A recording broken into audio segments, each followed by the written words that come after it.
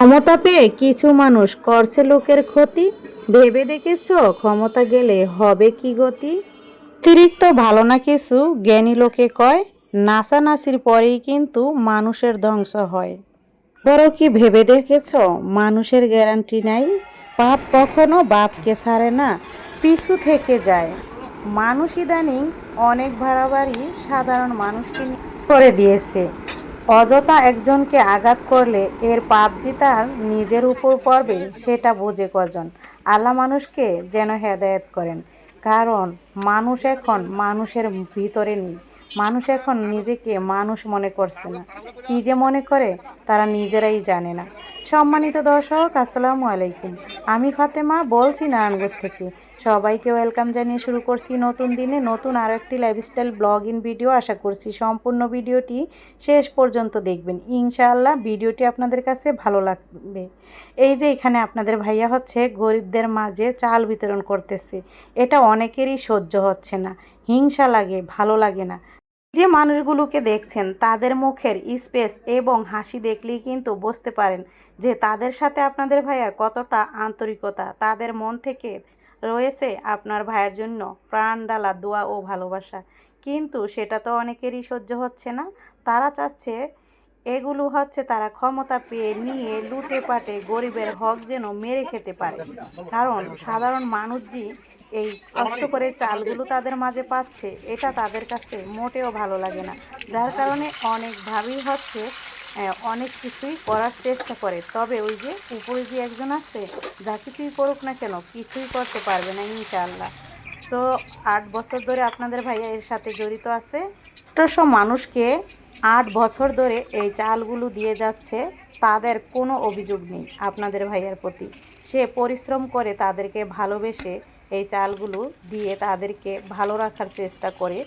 বাকিটা তো আল্লাহ পাক, কিন্তু মানুষ তো মানুষকেই সাহায্য করবে, মানুষকে হেল্প করবে, এটাই তো নিয়ম। কিন্তু এটা তো সবার কাছে ভালো লাগে না। কারণ এখন তারা চায় যে তারা সব কিছু করবে, মানুষ পাক নয়তো না পাক, তারা তো জানেনই কীরকম পরিস্থিতি যে কীরকম।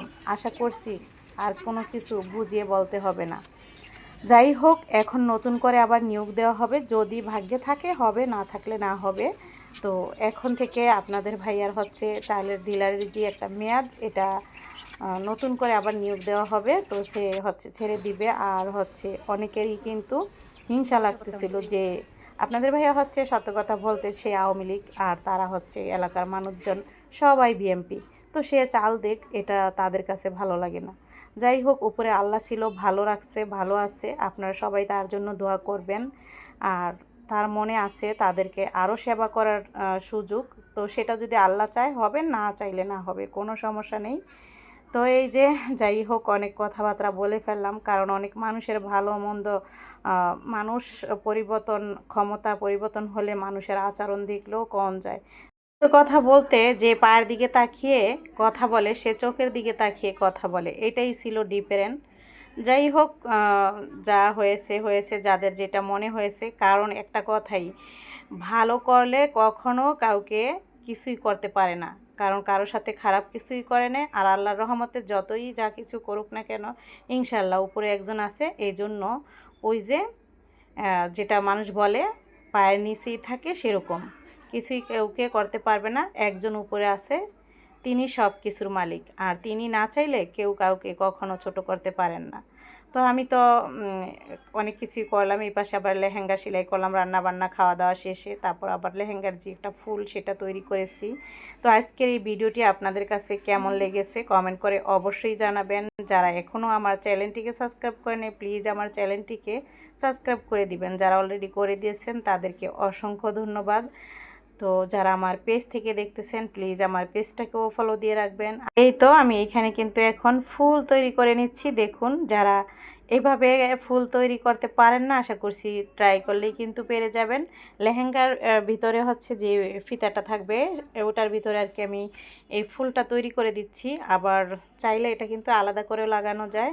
তো এতক্ষণ যারা আমার সাথে ধৈর্য ধরে ভিডিওটা দেখলেন তাদেরকে অসংখ্য ধন্যবাদ।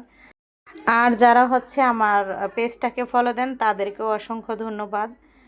তো আমার সাথে থাকার জন্য আপনাদেরকে অসংখ্য অসংখ্য ধন্যবাদ। এত সুন্দর আপনারা কমেন্ট করেন, আপনাদের কমেন্ট পড়তে আমার অনেক ভালো লাগে।